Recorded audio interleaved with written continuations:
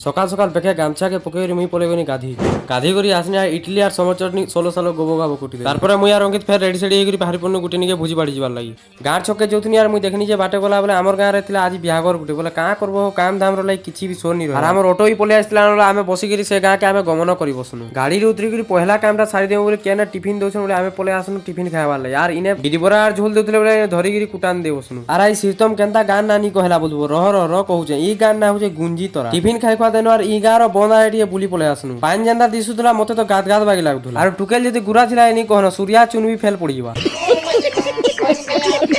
আর অঙ্কিত কে দেখো কার গাড়িতে উঠে বসে ফটো দুইটা ঘিরতে বলি পোজ দিয়ে বসলাম পলে আর বুয়া পিটিবে বইনি